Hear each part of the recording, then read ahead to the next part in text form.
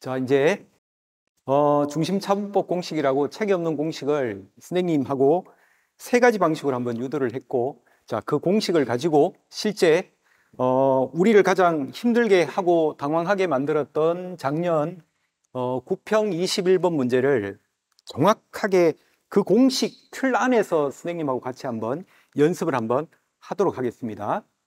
자, 이게 앞선 영상에서도 선생님이 언급을 했는데 과연 이 문제는 숨겨진 의미가 과연 무엇일까? 라고 했을 때, 이게 선생님들마다, 학생들마다 어떻게 보면 해석의 가능성이나 이게 너무나 좀 다양할 수도 있는데, 실제 지금 설명되고 있는 이야기들은 약간은 조금 비슷한 톤으로 얘기가 좀 되고 있는 것 같습니다. 그래서 어쩌면 선생님이 하는 얘기는 어쩌면 대한민국에서 전혀 이 문제에 대해서 선생님 혼자 딴 목소리를 내고 있을는지도 모르겠습니다. 근데 조금 선생님 봤을 때는 약간 이 문제가 모든 정수 K에 대해서 얘가 성립한다라는 여기에 초점을 맞출 거냐, 아니면은 이 가운데 항에 있는 요 부분에 대한 해석을 어떻게 할 거냐, 이걸 초점을 맞출 거냐 했을 때 선생님은 조금 후자 쪽에 가까운 것 같습니다.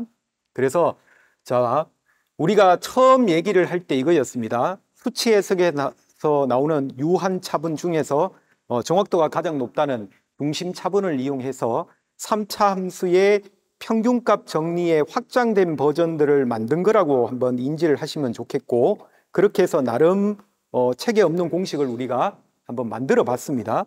그 공식을 여기다 잠깐만 다시 한번 얘기를 하고 그 공식 바탕으로 한번 문제를 풀어보도록 하겠습니다. 구조적으로 한번 보시면, 자, 얘가 물론 기울기라고 당연히 인지가 될 수 있는 부분이 있고, 여기만 분자 쪽을 보시면 함수값의 차입니다.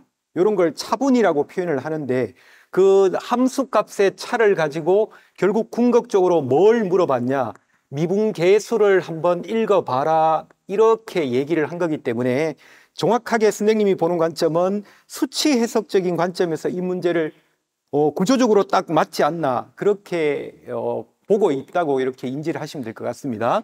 그래서 이게 수치 해석의 포인트가 함수값의 차를 이용해서 어떤 한 점이 되었던 아니면 확장되어서 도함수가 되었던 걔네들의 근사값을 계산한다라는 게 수치 해석에서 유한 차분이 가지는 궁극적인 수학적인 의미였기 때문에 어떻게 보면 그 구조에 딱 맞아떨어지지 않나. 자, 그렇다면은 모든 정수에 대해서 네가 성립한다라는 말은 우리가 이렇게 봐야 되지 않을까요?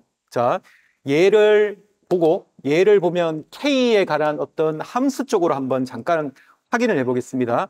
자, 2차 함수라고 인지를 하시고 쟤를 1차 함수라고 인지를 했을 때, 자, 문제는 이거잖아요. 그죠? 너보다는 위쪽에서 정의가 되어져야 되고 너의 값이 너보다는 아래쪽에서 정의가 되어져야 되니까 정의되는 그 영역을 표시해 보면 요 공간에서 성립을 하셔야 되고 요 공간에서 요 영역에서 성립을 하셔야 된다는 얘기인데, 자, 그렇게 되면은 이 영역과 이 영역 사이에 이 점을 경계로 해서 구분되어지고 있는 이 공간들이 생기는데, 이 공간에는 문제 구조상 절대 정수값이 들어갈 수가 없지 않겠나. 그게 이야기의 핵심이지 않을까요? 그죠? 그러면 중요한 거는 이 경계값을 먼저 확인하시는 게 맞고, 왜냐하면 요 사이 공간에는 정수가 들어오는 순간 모든 정수 K에 대해서 네가 성립한다는 거에서 이미 모순점이 드러날 거니까.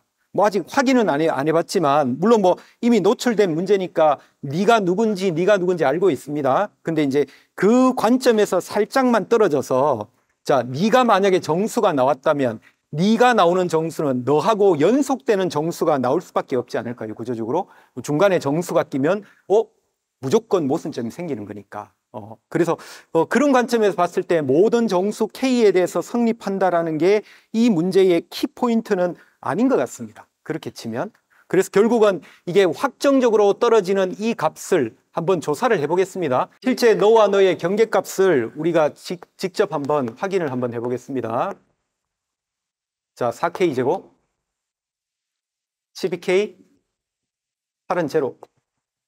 4로 나눠서 K제곱 더하기 3K 플러스 2는 제로니까 실제 너를 연립해서 풀면 이 경계값이 마이너스 2 나오고 당연히 마이너스 1 나오고 연속되는 정수가 나올 수밖에 없습니다. 안 그러면 모순이 생길 거니까. 자, 그렇게 치면은 이 값이 중요한 얘기지 않을까요? 그죠? 어차피 너가 확정된 값으로 F'3이 결정이 난다는 얘기는 그 말은 F'X가 결정이 난다는 얘기고 F'X는 2차 함수고 최고차계수는 자, 네가 최고차계수가 1이니까 얘는 최고차계수 3짜리 2차 함수가 결정이 나는 데 있어서 얘네들의 위치 관계를 통해서 확정적인 요 두 개의 값을 이용해서 프라임 X를 구하라는 게 이 문제의 핵심이니까. 자, 그렇다면은 포인트는 뭐냐? 자, 이 부분을 우리가 어떻게 읽어낼 건가? 물론 자, 이 상황을 이 만족되는 K 값들을 여기다가 다 대입해서 fx 속에다가 넣어서 fx를 완성을 하시고 걔를 도함수를 찾고 자, 이게 학생들이 그때 당시에 가장 많이 접근했던 이 문제의 접근 방식, 풀이 방식일 겁니다. 자, 근데 그거는 아니지 않겠나라는 게 선생님 생각이고 자, 우리의 포인트는 자, 너를 어떻게 해석을 할 거냐라는 게 중요한 키포인트고 그러면서 앞선 영상에서 쭉 얘기를 했었던 자, 3차함수 그냥 상징적으로 최고차항 계수만 적겠습니다. 자, 이렇게 있을 때 중심 차분 공식이라고 해서 양 경계의 중점을 기준으로 해서 도함수를 건사를 합시다 해서 우리가 만든 공식이 있습니다. 공식을 다시 한번 적어보면 자, 2분의 f의 x 플러스 h 이 h분의 f의 x 빼기 h 자, 중점 프라임 x를 기준으로 해서 최고차계수 a와 양쪽 전체 간격의 절반 h에 대해서 제곱관계가 나왔습니다. 자, 요걸 갖고 우리가 오차라고 절단 오차라고 하는 놈인데 자, 요걸 가지고 우리가 만든 공식 가지고 이 문제를 그대로 한번 대입해서 이렇게 끌고 오겠습니다. 자, 너를 따라서 그대로 오겠습니다. 붙여 쓸게요. 자, 저기는 경계값이 k하고 k 플러스 2니까 중점은 k 플러스 1이니까 자, 너는 붙여 써서 바로 가겠습니다. f 프라임 k 플러스 1 더하기 자, 최고차계수 좋습니다. 최고차계수는 1 그리고 이 간격 양쪽 간격이 2인데 그거의 절반을 우리가 h라고 하니까 h도 1 그럼 AH 제곱해서 너는 1 이렇게 표현이 되겠죠.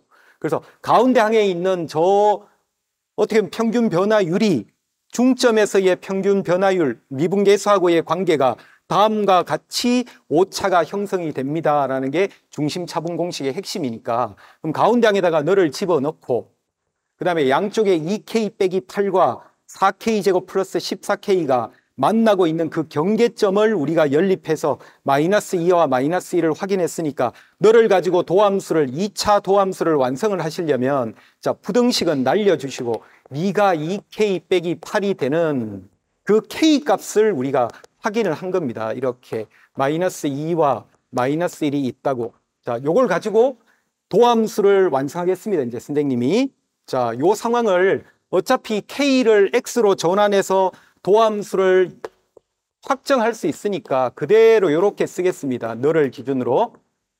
자, 1을 넘겨주시면은 너는 2x 빼기 9라고 표현이 될 거고 자, 너하고 너를 만족하는 K 값이 지금 X로 전환이 되어서 마이너스 2하고 마이너스 1이라고 지금 준 거니까 그대로 쓰시면 됩니다. 최고차계수는 3이라고 문제에서 제시한 거고 자, 너는 X 플러스 2요.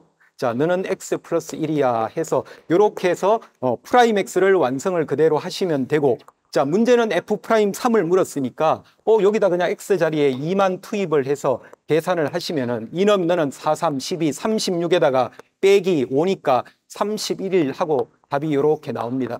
그래서 자, 한 번쯤 다시 한번 호흡을 가다듬고 다시 한번 이 공식에 집중해서 한번 보십시오.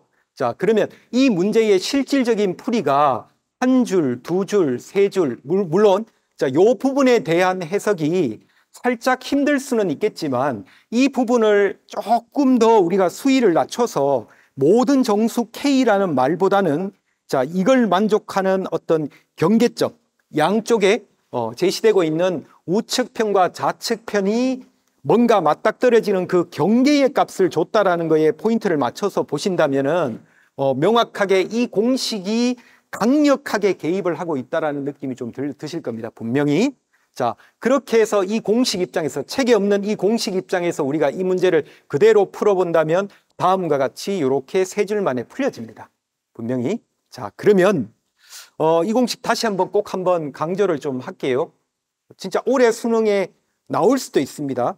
나오면 이 영상을 보고 있는 학생 여러분들 진짜 대박이 나실 거고, 뭐 우리 채널도 대박이 나겠죠.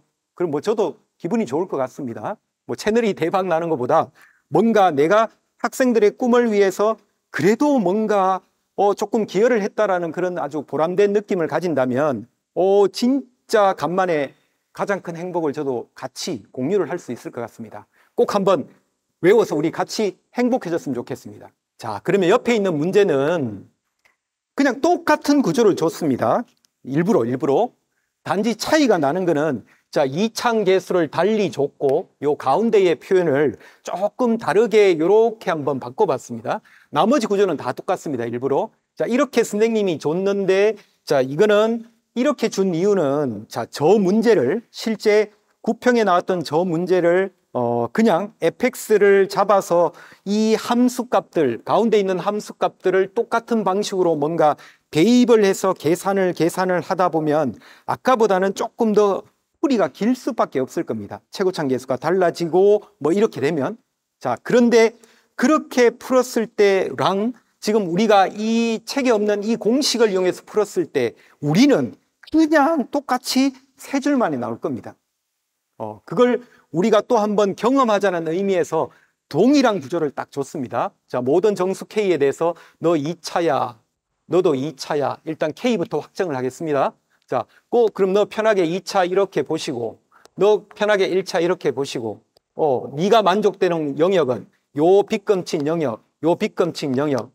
그러면 요 사이에는 정수가 들어오면 안 되니까, 그럼 이 경계값이 누군지를 연립해서 똑같이 한번 찾아보시면, 자, 4는 날아가니까 4K제곱 더하기 4K가 0입니다 해서, 자, 연속되게 나옵니다. 자, 이 경계값은 마이너스 1이야. 이 경계값은 0이야. 그럼 이 값에 대해서는 양쪽의 부등식이 날아가시고 그냥 등호 조건으로 이렇게 바꿔서 문제를 풀어주면 되겠죠? 뭐 여기도 등호인데 어차피 2차를 쓰는 것보다는 1차를 쓰는 게 유리할 거니까. 그래서 이쪽 등호를 가지고 그대로 들고 와서 쓰는데 핵심은 이 부분입니다. 이 부분. 자, 이렇게 정의되어서 양쪽 대칭이 되는 양쪽 값을 가지고 평균 변화율을 정의를 했습니다. 자, 그럼 중심 차분 공식에 의하면 너는 바로 가겠습니다. 너 둘의 중점이 누구야? 그러면 F'K겠죠? K가 되고 플러스, 자, 뒤에 붙는 게 최고참 계수. 자, 쓰겠습니다. 최고참 계수는 2. 자, H는 이 정의되고 있는 양쪽 간격이 분명히 있잖아요. 그죠? 양쪽 간격이 4입니다. 그걸 절반을 딱 잘랐을 때 그 절반치가 H니까 그러면은 너는 H 값이 2니까 2에 제곱하면 너는 4가 되겠죠. 이렇게 해서 너는 8하고 나올 겁니다. 자, 붙여서 얘기하겠습니다. 너의 값이 너하고 등호 관계가 성립하는 K 값이 마이너스 1과 0이니까 붙여서 여기다 그대로 쓰겠습니다. 2K 빼기 4야. 자, 너를 만족시켜주는 K 값이 마이너스 1하고 0이 나왔어. 이걸로 프라임 X를 한번 완성을 해봐. 이런 구조니까. 자, 여기서 이제 그대로 X로 전환해서 쓰겠습니다. 선생님이 F 프라임 X는 쓰시고, 자, 너는 8 넘어가면 붙여서 2K 빼기 12라고 쓰시고, X로 전환해서 X라고 고쳐 쓰겠습니다. 전환하시고, 자, 이걸 만족하는 X 값이 마이너스 1과 0이야. 그럼 너는 대신에 너를 미분한 거니까 최고참 계수가 6으로 바뀌어지니까 6이라고 기재하시고 X 먼저 쓰겠습니다. X 플러스 1 이렇게 쓰시면 자, 자연스럽게 프라임 X가 완성이 됩니다. 이렇게 완성이 되어서 남는 거는 X 자리에 얘는 그냥 F 프라임 X라고 정의가 되고 있으니까 따라서 X 자리에 3을 넣어서 값을 구하시면 우리가 원하는 값, 아마 계산하면 이게 66이 나올 겁니다. 이건 계산이니까 산수니까. 자, 이렇게 해서 너의 답을 확인을 한번 하시면 됩니다라는 게 그냥 숫자만 바꿔서 만든 유사 문항이거든요. 자, 보십시오. 얘도 마찬가지입니다. 뭐 개수가 바뀌고 뭐 중간에 이 항들의 어떤 변화, 평균 변화율의 모습이 좀 바뀌더라도 얘는 동일한 패턴으로 계속 하고 있습니다. 한 줄, 두 줄, 뭐 답 나오는 것 산수까지 쳐서 세 줄 이렇게 표현이 됩니다. 자, 그래서 선생님이 보는 이게 네 번째 영상까지 해서 실제 기출되었던 평가 문제, 그리고 수점 바꿔서 하는 유사 문항, 자, 이걸 통해서 간접적으로 뭐 서두에서 말씀드렸던 수치 대입에서의 유한 차분, 그것도 정확도가 높은 중앙 차분, 중심 차분법을 이용해서 함수값의 차를 통해서 도함수를 근사적으로 해석해내는, 자, 요 내용이 분명히 구조적으로 이렇게 우리가 보여지고 같이 좀 공유가 되고 또 이런 느낌들을 이번 4개의 영상들을 통해서 한 번쯤 같이 느껴보셨으면 좋겠습니다. 그리고 마지막으로 다시 강조를 하고 싶은 거는, 자, 이 공식. 자, 대한민국에 우리만 쓰고 있을 겁니다. 우리만 쓰고 있을 겁니다. 그래서, 자, 뭔가 나왔습니다, 수능에. 그럴 수도 있지 않을까요, 그죠? 그래서 꼭 우리만 알고 있는 이 공식 한번 기록을 하시고, 그리고 요 두 문제 가지고 실제 한번 써보시고 연습을 한번 해보시고, 그리고 얘가 가지고 있는 수학적 가치를 우리가 알고 있는 뭐 수치 해석을 떠나서, 잘 모르니까 수치 해석은 우리가 알고 있는 관점에서 얘기한다면은 그러니까 평균값 정리의 활용이라고 보시면 될 것 같습니다. 3차함수 이미의 두 점에서의 평균 변화율과 이미의 두 점의 중점에서의 미분계수, 얘네들 사이에 생기는 관계는 무엇인가, 거기서 발생되는 오차라고 하는 것은 어떻게 정의될 거냐, 최고차계수 A와 그 간격의 절반인 H제곱으로 정의된다는 사실. 자, 뭔가 되게 수학적으로 가치가 있을 거라고 생각이 듭니다. 그래서 꼭 한번 이 공식 외워두시고, 혹시라도 유사 문제가 나오면 적극적으로 2줄만의 수학 문제를 푸셨으면 좋겠습니다. 중킬러 문제를. 그럼 분명히 되게 아마 행복한 점수를 우리 손에 쥘 수 있지 않을까, 그렇게 기대를 하셔도 될 것 같습니다. 그래서 자, 이번에는 선생님하고 이게 뭔가 약간 낯선 공식들을 하나를 들고 와서 한번 긴 시간 동안 이 낯선 공식에 대해서 열심히 한번 같이 이야기를 나눠보는 시간을 가진 것 같습니다. 항상 응원 드리고 다음에 또 다른 수학 이야기를 가지고 다시 찾아뵙도록 하겠습니다. 고생하셨습니다.